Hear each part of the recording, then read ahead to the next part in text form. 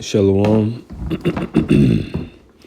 First and foremost, giving all honor, glory, and worship to Yahweh Bahasham Yahushai Bahasham Chakurash. Double honors into the elders and the apostles of Great Millstone. Excuse me. And greetings and salutations unto Yahim upholding the testimony of Yahushai in truth and in sincerity. This will be a Hebrew edification. Psalms, the 31st chapter, and the 7th verse. I'm going to read it in the King James, and we're going to follow with reading it in the Hebrew and breaking it down word by word. Psalms 31. All right, Psalms 31.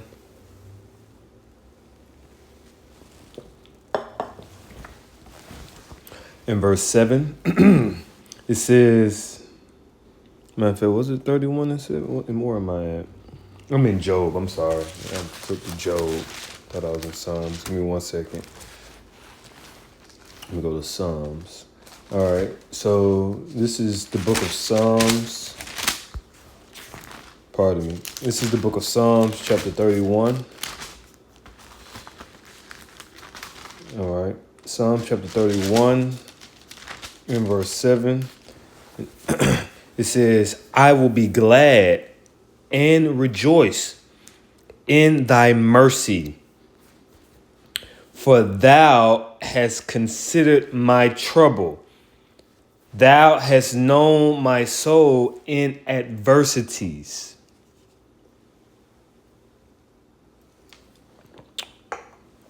All right.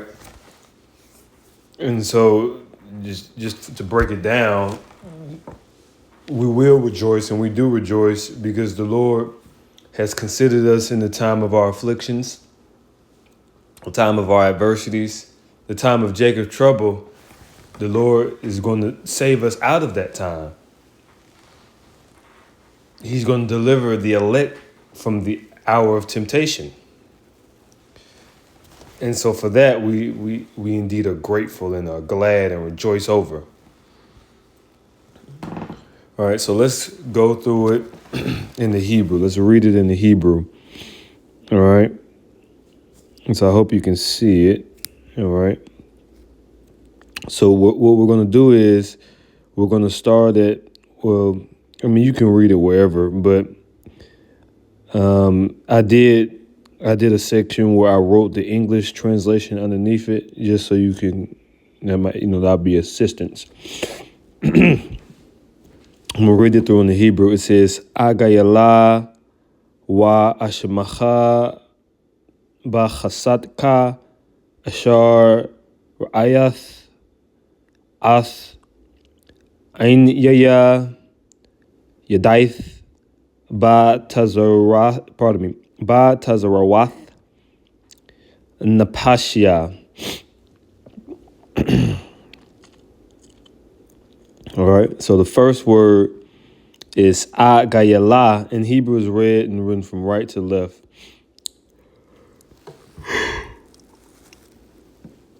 Excuse me. I don't know why it happens almost every time I do lessons, I start yarning. All right, anyway, it says agayala, which agayala means I will rejoice. The root word is gayala.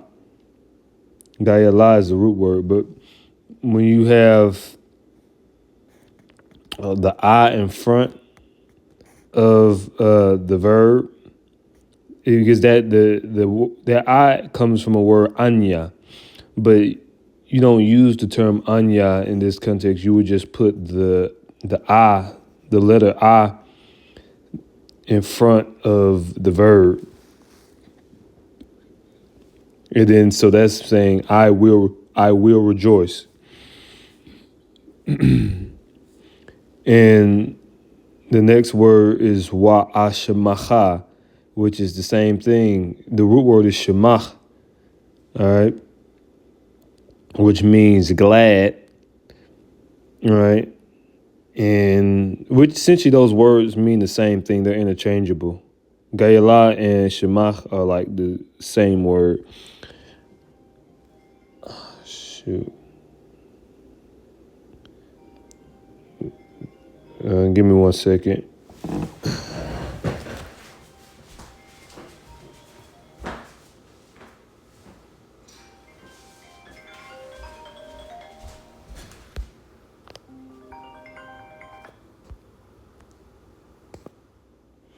Shalom, Shalakia. I had a call I had to address. All right, so let's continue back where we were. Let's see here. I believe we read, well, where were we? We were at glad, right? So, wa ashemacha, I will be glad. Ba chasadka. Now, the root word of this is chasad, which means mercy. I hope you can see. I hope it shows up. Let's see, I'm gonna zoom in. All right, ba chasad ka. Now, ba in the front means in. So when the ba is in front of a noun, it means in, like the English word in. Well, you get what I'm saying, in.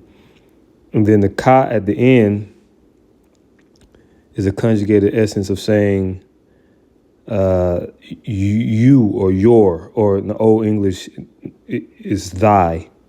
So that term thy means you or your. All right. So ba chasatka, in thy mercy. Ashar, which means which. Ayath, which means considered, or which thou considered.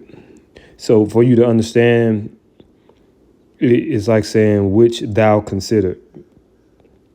Because we already, since the term ka, since you see the term ba chasad ka, so we know what we're talking about. We know it's, what's that? Second person singular, right? So since we already established it's second person singular with you or your or thy with the ka. So when you keep going, when it says ayath, it's like saying which thou consider, because that's what we already established. So you don't have to say ka. Excuse me. You don't have to say ka for this word. You know. Oh, pardon me. You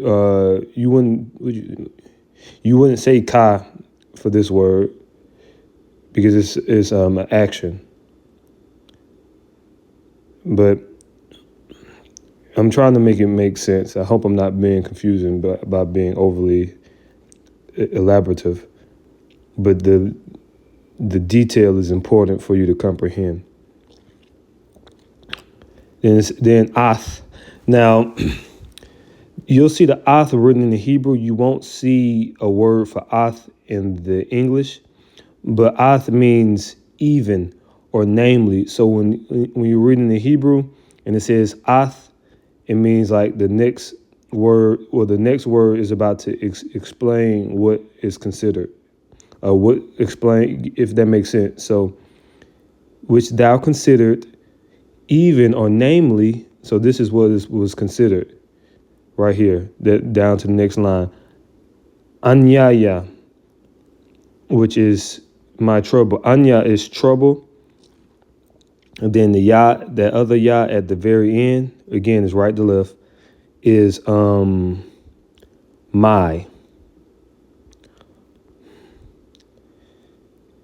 Yadaith. And again, so we already established that ka with the word mercy, so it's going into you. Yadaith, which means known, you have known.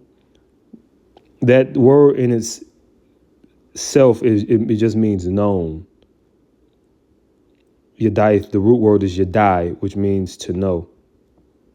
But for it to make sense when we're speaking it, we'll say you have known or no, how do I say that's an accurate translation, but some people might not understand when it says known. It's like saying considered, like the same way you said considered over here. It's like saying because another word that also can be translated to considered. All right, so which you have considered, which you have known, ba tazarawath in adversities. Tazarah, right, which you don't have the ha there, but in the root word it'll be taza, ra, and ha.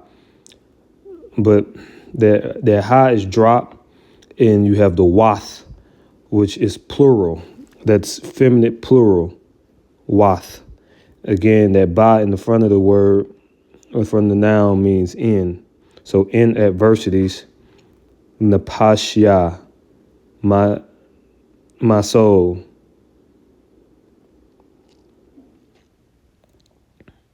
All right, napashya.